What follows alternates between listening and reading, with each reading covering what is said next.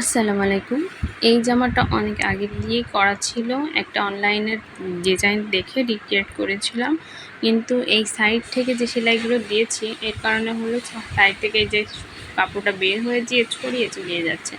ধরুন জামাটা নষ্ট হয়ে যাচ্ছে, তাই এই সাইডের পোর্শনটাকে আবার ফিক্সড করে দেওয়ার জন্য বা লক করে দেওয়ার জন্য কীভাবে সেলাইটা দিচ্ছি সেটাই দেখাচ্ছি।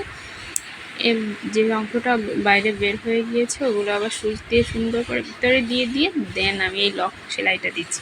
এই সেলাইটা দেওয়ার কারণে হবে কি, এই জামাটার যে এই যে বেরিয়ে বেরিয়ে যাচ্ছিল ডিজাইনের সাইড পোর্শন থেকে ওইগুলো আর বের হবে না, আর এই সেলাইটা অনেক বেশি দীর্ঘস্থায়ী হয়।